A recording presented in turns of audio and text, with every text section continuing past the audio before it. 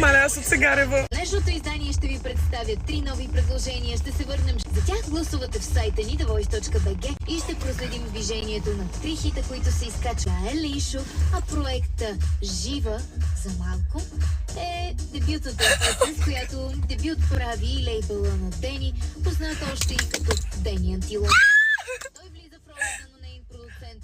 Какъв интерес ще събере Жива за малко? Това зависи от вашите гласове, които започвате да оставяте в сайта ни thevoice.bg. Ново предложение.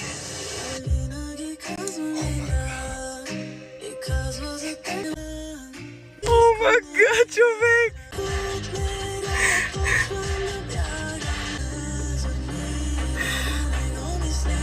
О, мага! Мама ми писа, че слуша.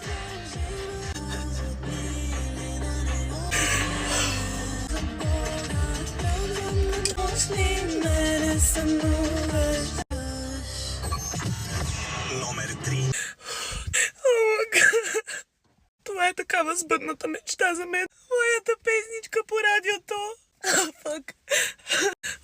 Нищо от това нямаше да бъде възможно без невероятния екип, който седи зад мен плътно. Всички от лейбъла нямат толкова подкрепящи хора. Всички работят с толкова огромна любов към мен и към моите проекти. Така не бих могла да си помисля за по-подкрепящи приятели и за по-подкрепящо семейство. Страшно много ви обичам, хора. Ох, мале! Очаквах да рева, но не очаквах да рева толкова много. Ходете, хора, да гласувате на The Voice за моята песничка Жива за малко. Благодаря ви толкова много за подкрепата. Вие сте тези, които сбъдвате мечтите ми.